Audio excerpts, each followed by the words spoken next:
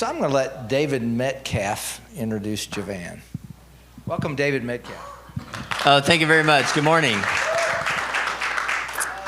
It's such a pleasure to be with you. And I told you last night, this is my 8th month with Andrew, and I've just loved every minute of it. And one of the joys of joining the ministry is actually meeting Javan, which I'll tell you a little bit about him. He's an amazing guy. And one of the beautiful things about ARMI, I'm just going to reference that will lead into the idea of Javan, is that in our demographics, when they put together our ages, like I'm 67, right? So I'm up there.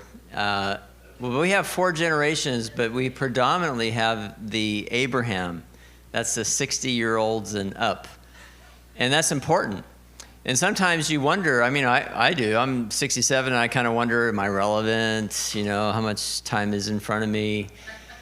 I'm younger in my brain than I am in my body. You know, things don't quite work the same. But anyway, so you have really in the Bible 4 generations. You have Abraham, Isaac, Jacob. We're familiar with all these. But we also have Joseph. So Joseph is kind of like the 0 to 20. And then from Abraham, of course, you got the 60 up. That's predominantly the demographic of ARMI. And then you've got Jacob and Isaac. Jacob is the 40 to 60-year-old. They're the persons that are generally making an impact, while the Abraham group is more like the influencers. And then you have from Abraham, Isaac, Jacob is the 20-year-old to 40-year-old that's increasing. They're like putting things together. And each of these age groups want to identify with somebody that can help them advance. And the beauty of ARMI is that we have such a mature, solid group predominantly that we have these influencers that can help individuals that are younger coming up. Now, we don't really have any members in the 0 to 20, but getting into that 18 to 20, we have a lot of care students. That's actually, that group is coming up. So we don't pay attention to that, but I'm very interested in the young 20s and up, that we can, as moms and dads in the faith, so to speak, influencers, we can help them, whether they're in a time of increase, just kind of putting their skills and abilities together, or they're now in a place of impact where they've kind of put some things together. They're actually starting to feel some success or see some success, but they always want to have a person that they can connect with that they have access to. So the beauty of our group is really we have some very solid, mature leaders that can influence and release that treasure to a younger generation. So that gets me to Javan.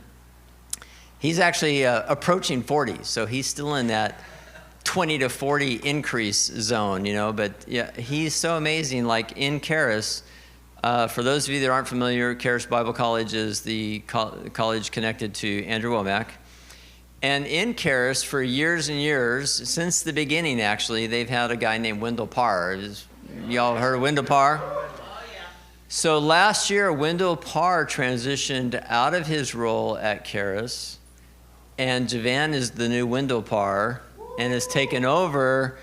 And he has been received like phenomenally, like the student ratings and everybody else. Like he's absolutely incredible. But the beauty is for Andrew to have a heart to see as the dads. Now Wendell hasn't actually gone anywhere. He still has an office. He still walks around making jokes and hugging on people. You know, he's such a gem. So he's an influencer, right? And he's still there influencing the staff of Charis Bible College, along with Barry Bennett, Greg Moore, and these other guys. And in that mix, we have guys like Javan. And you're going to just love Javan personally. He's an amazing guy, but you're also going to just love the heart and spirit of what God has given him as an incredible communicator, teacher. And so I've been thrilled for the last 8 months to actually have the opportunity, because we work together. So now I can't take him anywhere publicly at Charis because, you know, he has to say hi to like 20 people on the way to lunch. So I tend to take these back hallways, you know, where nobody can stop him and just tell him how great his class was or whatever. I'm exaggerating, but it is kind of true.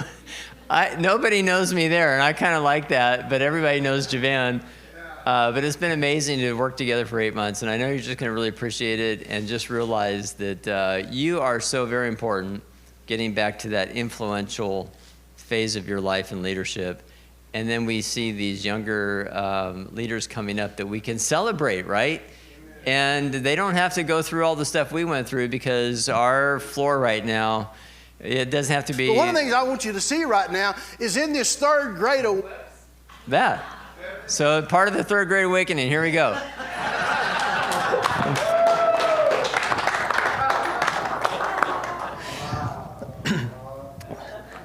Thank you so much, David. I really appreciate your encouraging words, and I've learned so much just in the 8 months of serving under David's leadership. I feel like I've learned over a decade's worth of wisdom, and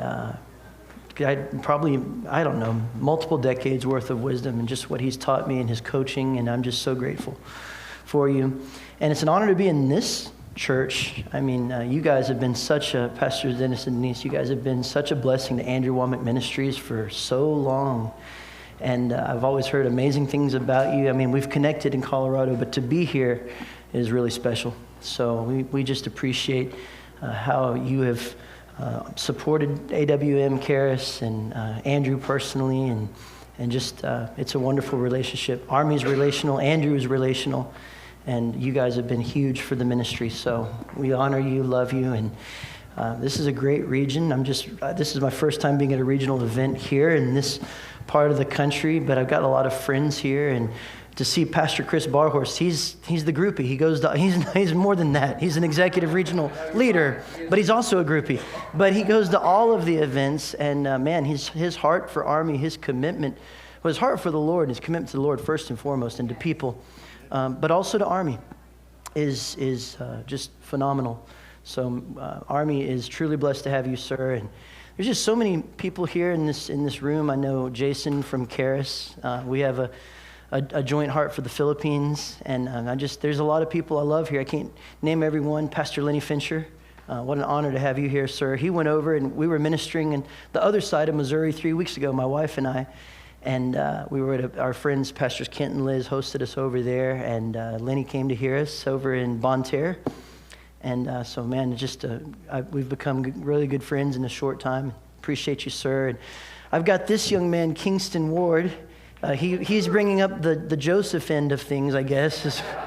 So I'm really honored to have him with me. So Pastor Kent Ward, that hosted us 3 weeks ago over in Perryville, Missouri, and Bonne Terre, Missouri, this is their son. And he's just a solid man of God, wisdom beyond his years.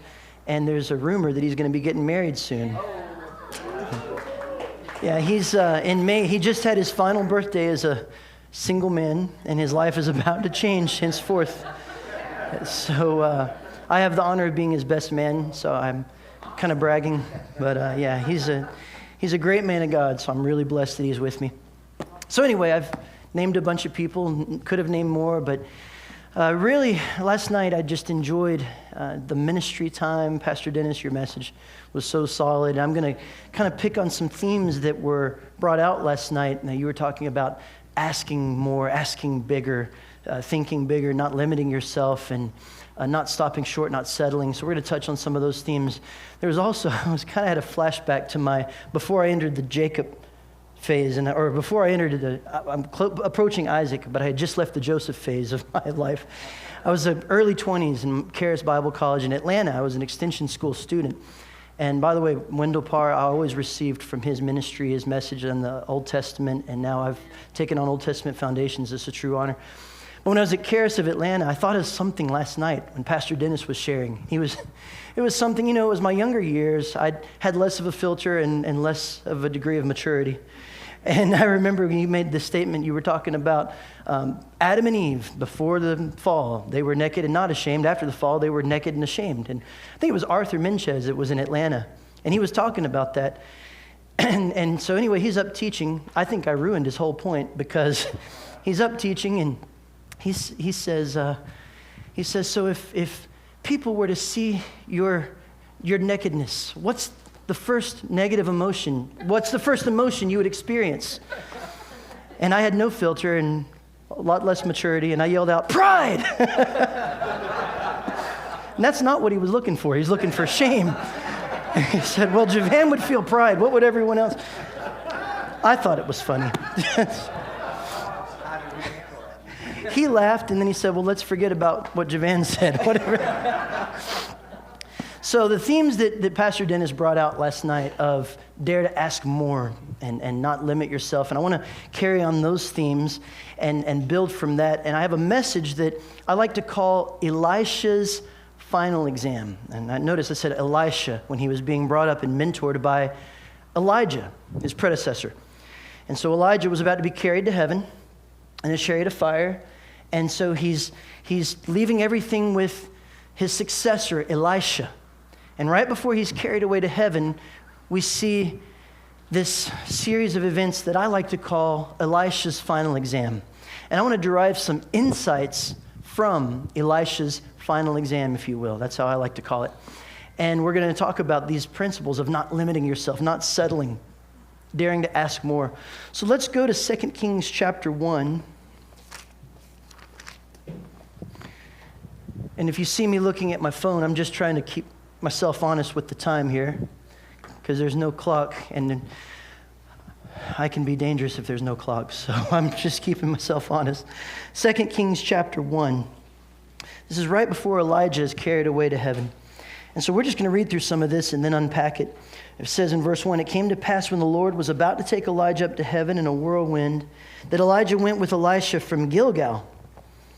And then Elijah said to Elisha, stay here, please, for the Lord has sent me on to Bethel. I'm going to go further. I'm going on to Bethel, and I want you to stay here.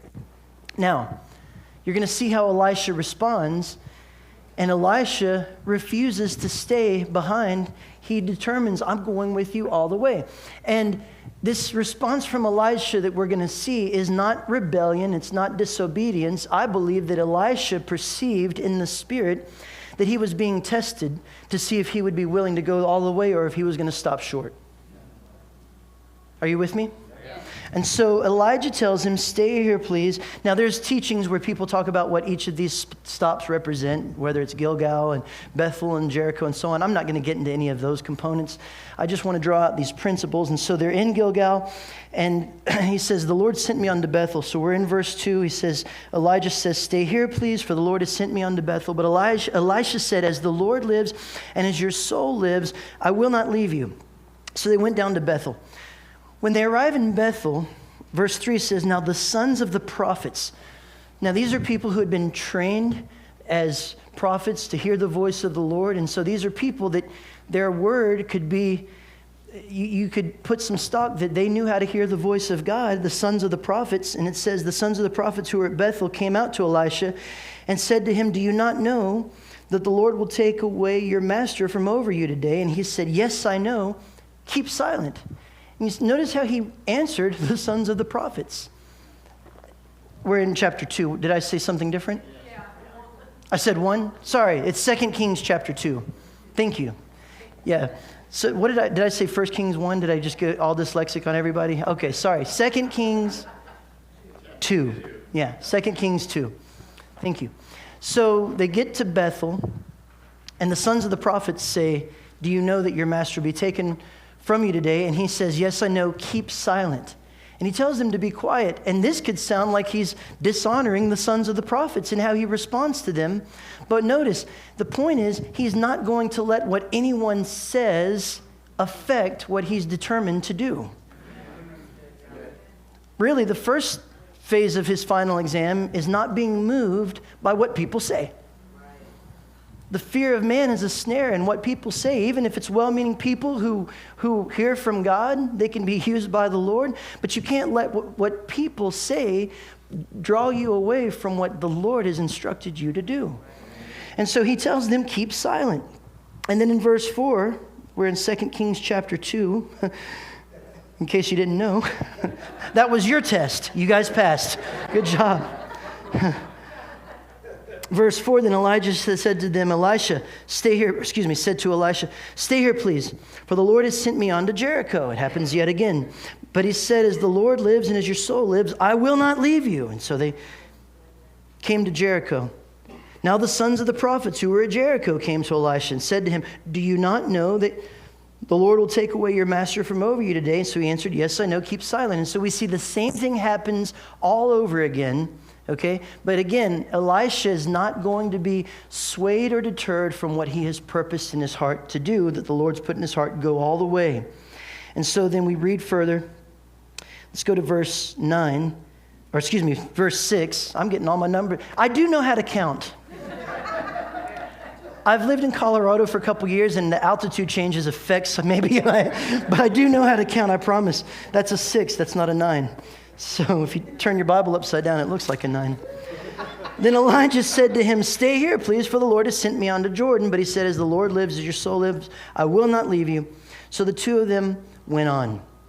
And the 50 men of the sons of the prophets went, stood facing them at a distance, while the two of them stood by the Jordan. So you get this picture that they go from Gilgal to Bethel to Jericho. Now they've arrived at the Jordan.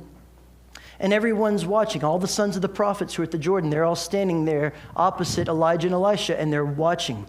And so Elijah is interacting with Elisha, but Elisha has to determine he's not going to be swayed by everyone who's watching what they're saying. Okay, he's locked in. He's determined he's going all the way. When they get to the Jordan, then it says in verse 8, now Elijah took his mantle, rolled it up, struck the water, and it was divided this way and that, so that the two of them crossed over on dry ground. So we get to verse 8. Now, section 1 of Elisha's final exam is complete. The first part of his test was, are you willing to go all the way, or will you settle for less? Will you stop short? Even when there's pressure to settle.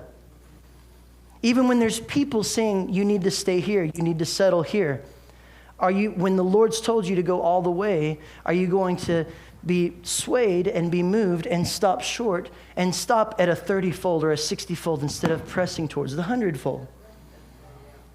See, too many of us, the reason we stop at 30, you ever wondered when you read the parable of the sower that there's different types of ground? You get to the fourth ground, it's the good ground, but even the good ground can be 30, 60, or 100-fold. Have you ever wondered why even good ground can stop at 30 or stop at 60? There's people who just settle for good enough. That's right. Good enough is still good, but it's not the best. And many times, good enough is the enemy of best. And there's a story that we won't unpack, but it's found in Numbers 32. I'm almost paranoid now at this point about what numbers I say, but it is. This is Numbers. This is Numbers 32, definitely. Okay. And in Numbers 32, we see the story of there's 2.5 of the tribes of Israel. Now you remember, God is leading the children of Israel through the wilderness. They've been sojourning for 40 years, and they're about to be at the place where Joshua is going to be taking them across the Jordan to possess their promised inheritance. And so this is at the tail end of Moses' tenure leading the people of Israel. They come to the Jordan River, and of the 12 tribes, remember, God says your promised inheritance is in the land of Canaan on the other side of the Jordan. Just across the river is where your promised inheritance is. But right before they crossed the river, 2.5 of the tribes started looking around at the surrounding land on the wrong side of the river. The tribes were Reuben, Gad, and then half of the tribe of Manasseh, the descendants of Joseph. So right before they cross the river into the promised land of Canaan, Reuben and Gad and Manasseh start looking around. And they say, well, this right here is good enough. Now, the reason they did that is because the tribe of Reuben, again, all of this is Numbers 32. You can read it on your own. But the tribe of Reuben and the tribe of Gad raised a lot of cattle. So this was their business. They started thinking of their business rather than the promise of God. Now, God's promise is my best for you is on the other side of the river. But these guys raise cattle. And they start looking around at the land of, it's called Gilead, and they're looking around and they see a lot of grass and a lot of pasture. And they say, this would be a good place to raise cattle. This would be a good place for our business. We should settle right here. What amazes me about that story is that God did not try to dissuade them. He let them settle. God didn't say, well, now, wait a minute. Don't stop here. If you'll just go a little further, if you'll just cross the river, my best for you is right over there across the river. Just humor me, go over there and look at it. At least see what you're foregoing by not crossing the river. But Reuben and Gad and half of Manasseh went to Moses. They said, we will not inherit on the other side of the river. Our portion falls to us right here. We're staying right here. Now, they did offer to go across and fight alongside their brethren in Canaan and fight along with Israel, but they said, but we're not going to inherit over there. We're inheriting right here. We're settling right here. And they settled for what was good at the expense of what was best. Now, they were still blessed. They were still favored. God did not take his favor from them or take away their blessing just because they settled for good enough. You can actually study through Israel's history and find a lot of good things that happened on the other side of the Jordan River. Elijah the Tishbite came from the other side of the Jordan River. David, when he was preserved by Barzillai, when he had to run from Absalom, that was on the other side of the river. Reuben, Gad, and Manasseh, the Bible talks about in Chronicles, they found themselves in a battle against a group of people called the Hagrites, and the Lord preserved them because they trusted God in the battle. They were still blessed. Are you with me? But they settled and didn't experience the best. You can still be blessed and yet forego the best. You can be good ground and stop at 30. You can be good ground and stop at 60. And you're still good ground. But I don't know about you. That's not good enough for me.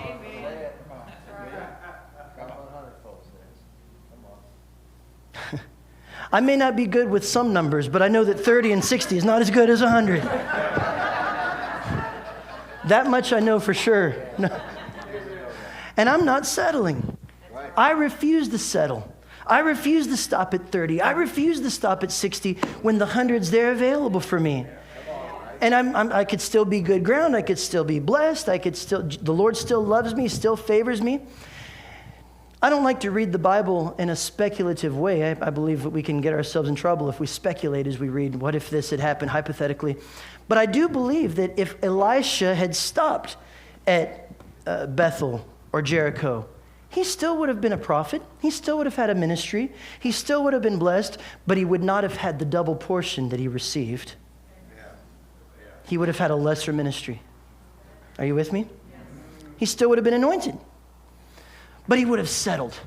And the first part of his test was, are you willing to go all the way, even when there are forces, even godly people trying to convince you to settle and stop short? Because there will be forces trying to persuade you to stop short. This is good enough. Right here, this is good enough. We don't serve a God of good enough. He'll bless your good enough, but that's not his best. And so that was the first part of Elisha's final exam. And so that's what I want to just challenge you in your own heart to take inventory. Is there a place where I've determined to settle for good enough? God didn't let Abraham do it, by the way. Remember when Abraham and Hagar brought Ishmael on the scene, and God says, I'm going to give you a son by Sarah. And then Abraham says, oh, that Ishmael might live before you. And God says, he will live before me, but he's not the promised son. And when Abraham said, oh, that Ishmael might live before you, I think it could have been just Abraham, again, I'm speculating, but it could have been Abraham just saying, I've got a son now. I mean, I didn't before, I've got one now. Do I really have to believe for something else that's even more impossible? Isn't this good enough? Can't we work with what I got? He's from my body. But God didn't let him settle. But here's the thing. There are the Reubenites, the Gadites, God allowed them to settle. He didn't try to stop them. If you choose to settle, he'll allow you to settle. He'll still bless you. He'll still love you. But I'm determined I won't. Are you with me? And Elisha was determined he wouldn't. He went all the way. So he passed the first part of his exam. Now, first section of the final exam's over. Now we move into section 2 of his final exam. What did that look like? Let's go back to 2 Kings chapter 2.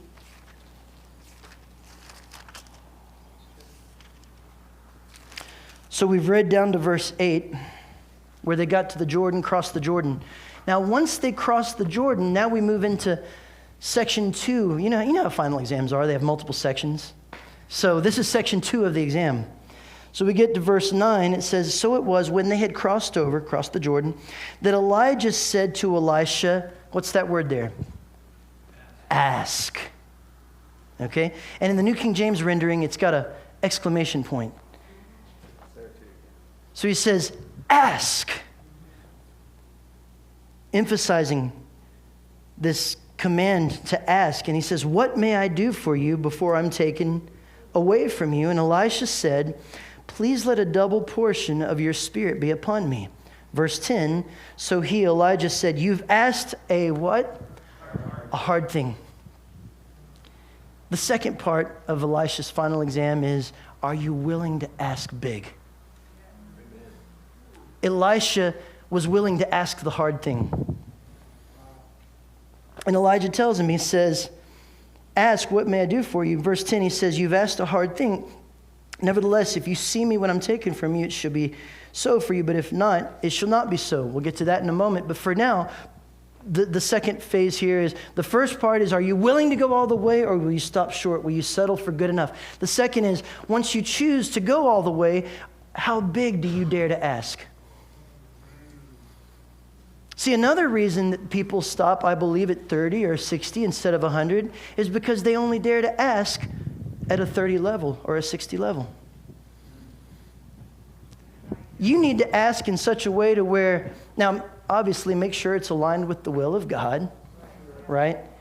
And if you're asking something that's not aligned with the will of God, I mean, you take it to the Lord. He'll cause your purpose to become into alignment with his plan and his purpose. But you need to dare to ask big. You need to dare to ask bigger. I would challenge, and I want you to think about this. Check in your heart. Maybe many of you have been asking in a very limited way, as if you serve a limited God. When Moses was talking to the Lord about providing meat, and the Lord said, is my arm short that I can't? You're asking me as if my arm's short. Are any of us asking the Lord as if he has a short arm? And there's some people that are stopping, they're asking the Lord as if he has T-Rex arms. The Lord does not have short arms. You need to ask bigger. You need to ask in such a way that it makes your flesh cringe.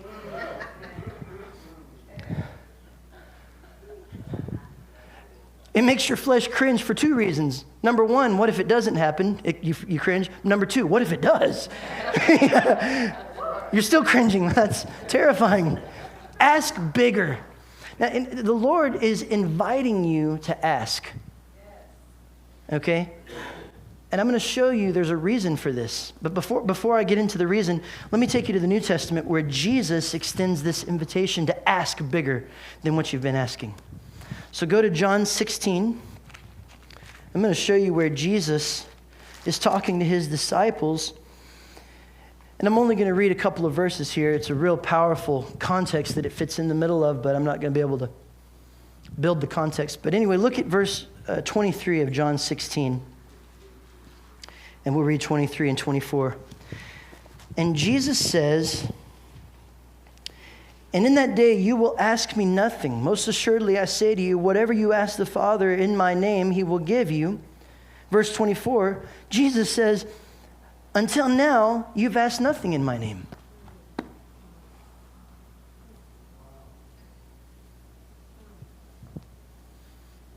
And the disciples might even be thinking, well, that's not completely true. We've asked, we've requested some things.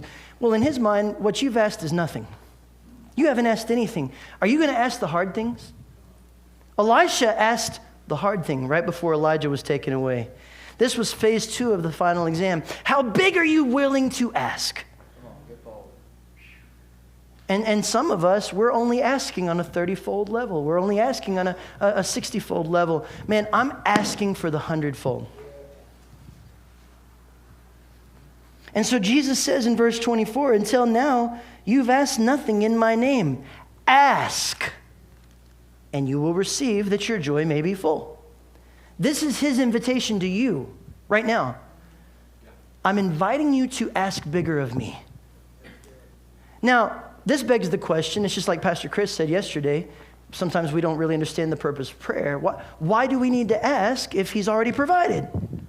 Right? Of his fullness have we received, and grace for grace. So what is it that we need to ask if we've got it? Why ask? And I mean, are we asking as if he's withholding? No, what's the point of asking? He's not withholding any good thing from us. So then why do we need to ask if he's not withholding? Asking is putting a draw on what he's made yours. It's like when he's filled your bank account, but you've got to put a withdrawal on what's there. You do it by asking. He wants you to ask. He wants you to ask big. Unless you think I'm making this up. See, you have a good inheritance. What David wrote in the Psalms, he says, I have a good inheritance. Well, you have a good inheritance, but you've been leaving it there untapped because you're not willing to put a draw by asking big. And asking big is the way you put a draw on your inheritance. I'll prove that to you from Scripture.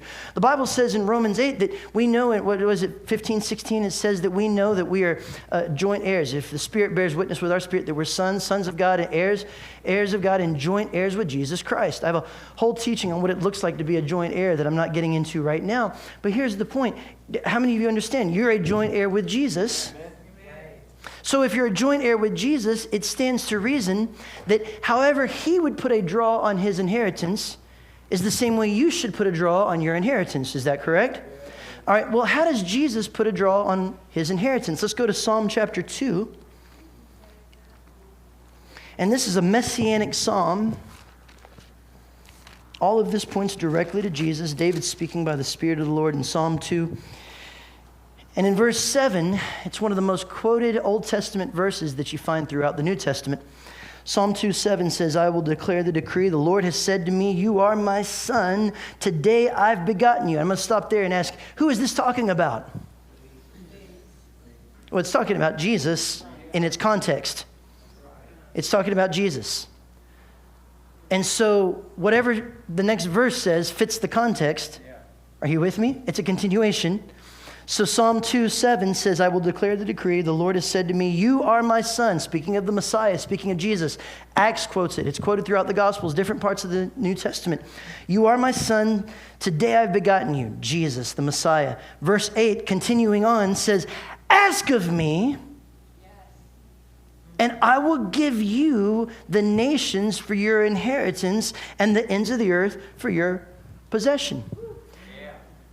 There's places we see Jesus asking. What about John 17? Father, the hour has come. Glorify your Son, that your Son also may glorify you.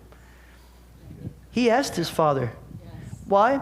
Did he think his Father was withholding? No. He was putting a draw on what the Father had made his by inheritance.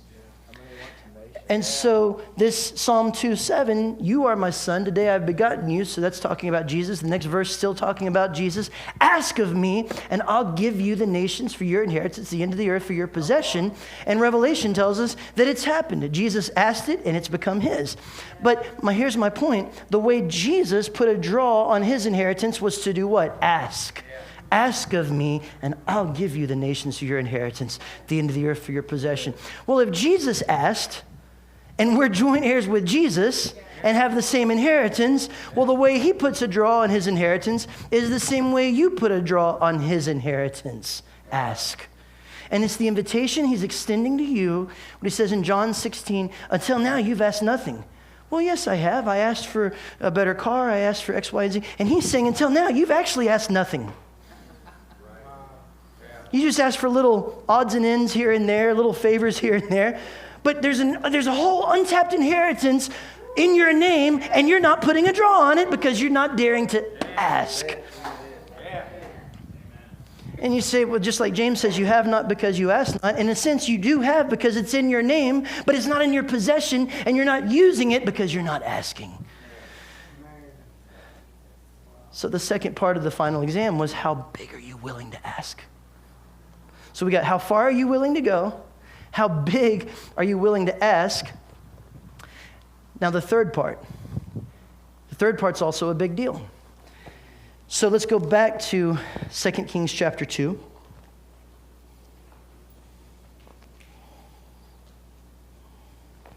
And just remember the sequence of what we've been unpacking here. So the first 8 verses, they're going all the way to the Jordan.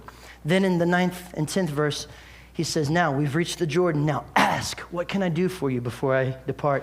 And so he says, I want a double portion of your spirit. And of course, that's an Old Testament concept. Now we've received of his fullness. But the point is, he dared to ask the hard thing. He dared to ask big. So now Elijah explains to him, well, you've asked a hard thing, but it'll be done. But there's a condition. And this condition is what's going to lead us into the third section of the final exam. Verse 10, Elijah says, you've asked a hard thing. Nevertheless, if you see me when I'm taken from you, it shall be done for you. But if not, it shall not be so. The third big section of the final exam is, where are you choosing to look and what are you choosing to behold? Remember when Peter got out of the boat, he walked to Jesus on the water. We generally rail on Peter because, after all, the man of lousy faith sank. Well, he's the only guy that walked on water other than Jesus ever. When we should at least give him credit for the couple of steps he took.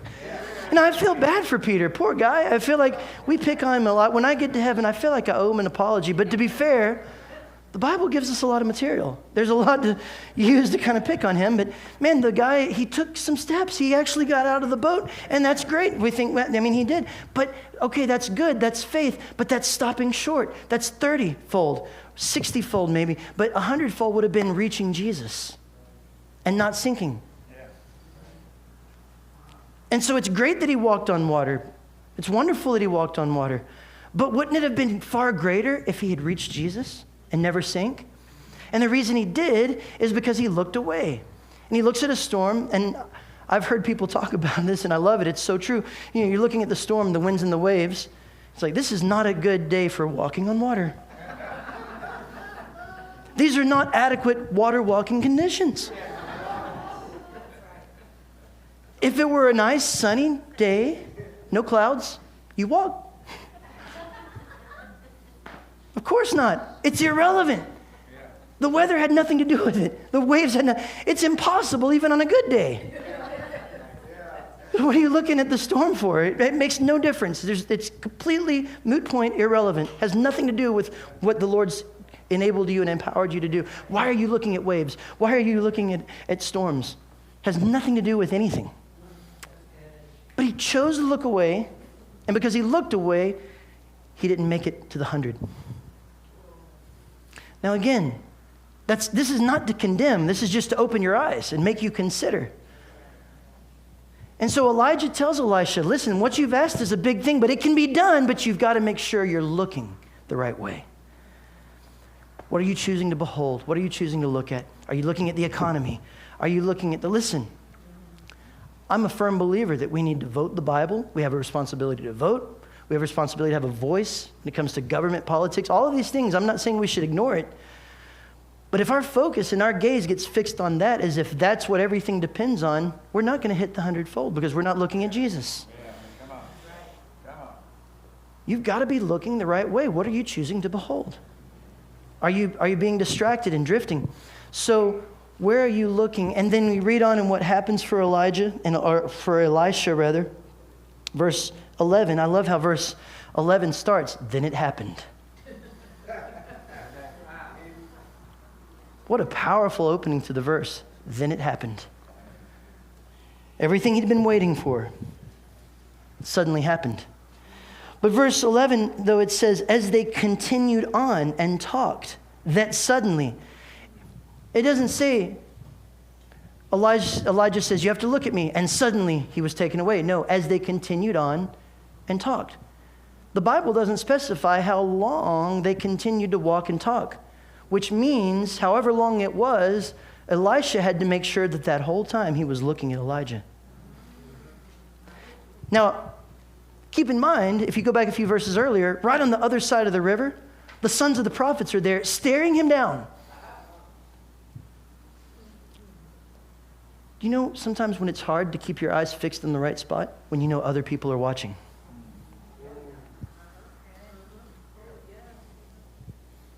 And right on the other side of the river, remember, I don't want you to lose sight of the big picture here, the big context. But if you go back to verse 7, And 50 men of the sons of the prophets went and stood facing them at a distance, while the two of them stood by the Jordan. So there's 50 men of the sons of the prophets watching. Man, sometimes it's really hard to keep your focus when you got an audience. They're watching. And these are men who know how to hear from God. And so it's very tempting. The people that are watching, what do they think of me? Look at them. Don't look at the spectators. Don't look at the people around. Keep your eyes on the Lord. And so Elisha could have just looked away at any point. And so verse 11, I don't know how long this went on. Then it happened as they continued on and talked that suddenly a chariot of fire appeared with the horses of fire, separated the two of them. Elijah went up by a whirlwind to heaven, verse 12, and Elisha saw it. You know why? Because he never took his gaze away. Even when it could have been tempting. Even when the people watching, what are they doing right now? This is awkward. It's awkward when people are watching you. No one likes to be stared at. Have you ever like fallen asleep, dozed off, and you can just feel someone looking at you and it wakes you up? Just because you feel them looking at you? Am I the only one? You just feel, right? No one likes to. I taught this the other day in Perryville, and I stopped and actually stared at a guy. He held his own. He stared me down. But no one likes that. It gets uncomfortable if I just stare. No one likes that. So Elijah could have easily Elisha was like, stop looking at me. But I'm not going to take my eyes off of where they belong and get distracted. Because Elisha, had he done that and looked away, he could have missed what he was supposed to see and missed the mantle he was supposed to receive. And stopped short. Like Peter, looking at the storm, stopped at 30 or 60, not 100. So I don't know how long it went on. You know, you could speculate. I don't like to read things into it, but let's say that they go on the whole night and set a campfire. And Elisha is just like, I'm not looking away. Just looking at Elijah the whole time. I'm not looking away. I'm not looking away. But guess what? He got what he asked because he didn't look away. He passed all 3 sections of the test. He went all the way. He dared to ask big, and he refused to look anywhere else. And I'm telling you, if you choose, no matter what is pressuring you to settle short and stop at good enough at the expense of best. Let me just say one more thing as I wrap this up. I want to say one more thing about not settling for good enough, okay? Because the Bible does teach that we're supposed to learn contentment, right? We're supposed to learn to be content. But you know that learning godly contentment does not mean settling for good enough. And like, I'm content with this. As a matter of fact, the very first defeat Israel ever had, very quickly, Joshua chapter 7. The whole thing, it's a real Old Testament type story. There was sin in the camp. They had their very first defeat. The very first enemy that ever defeated Israel after they left Egypt was an enemy, I guess you pronounce it I. It's spelled A-I. One of the reasons I don't trust AI. Just kidding. All right, just saying. I heard somebody say the other day, before we talk about artificial intelligence, why don't we talk about natural stupidity? The very first defeat, enemy's called AI. It's I, okay?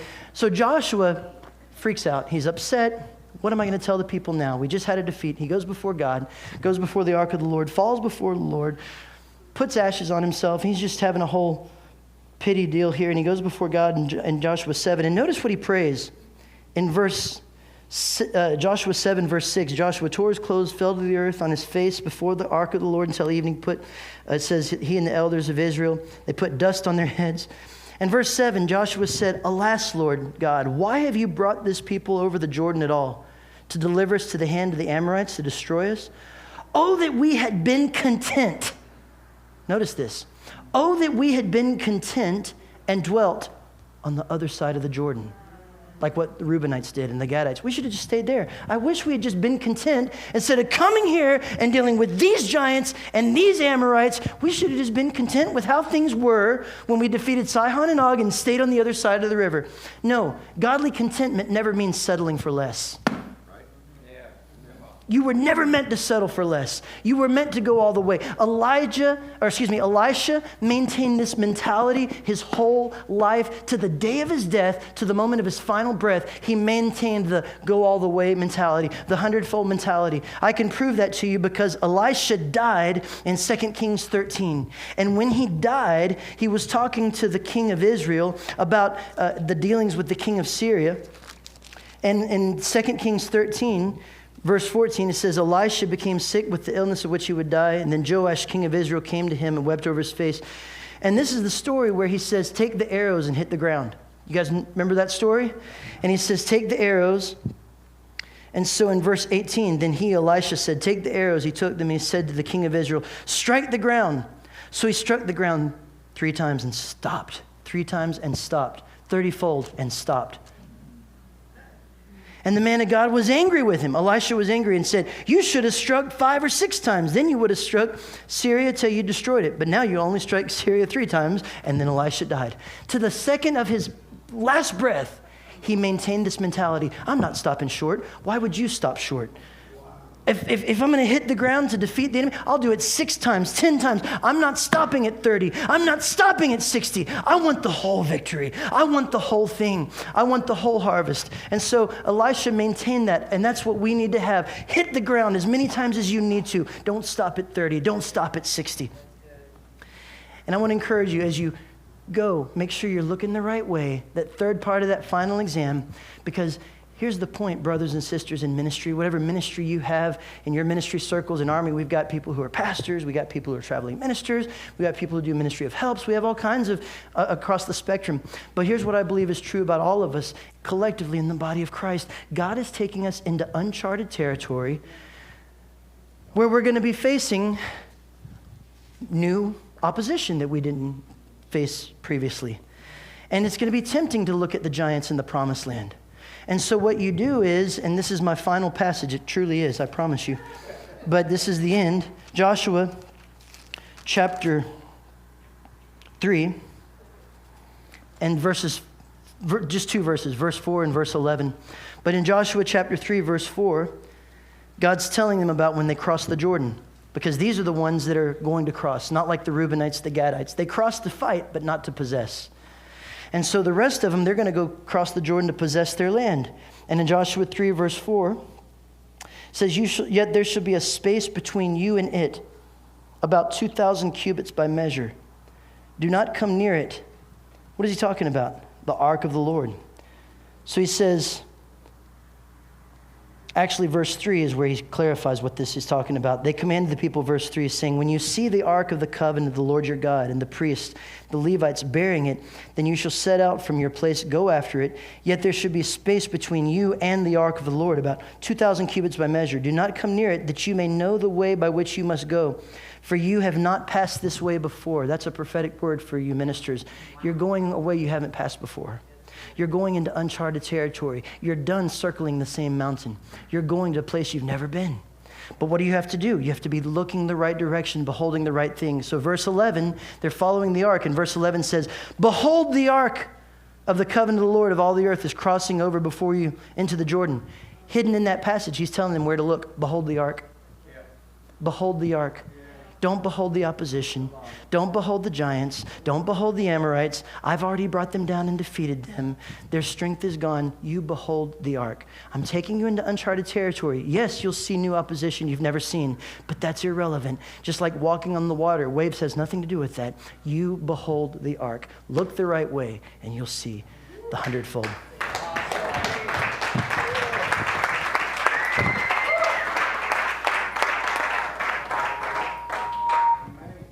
Javan, I have a question. You know, it talks about receiving 100-fold with persecution. Mm-hmm. What if I took 99 without persecution? Is that just a thought? Just a thought here. Sounds more comforting. You have a 10-minute break. Take care of your business. We'll be right back here with David Metcalf. Give him a hand again. Good job.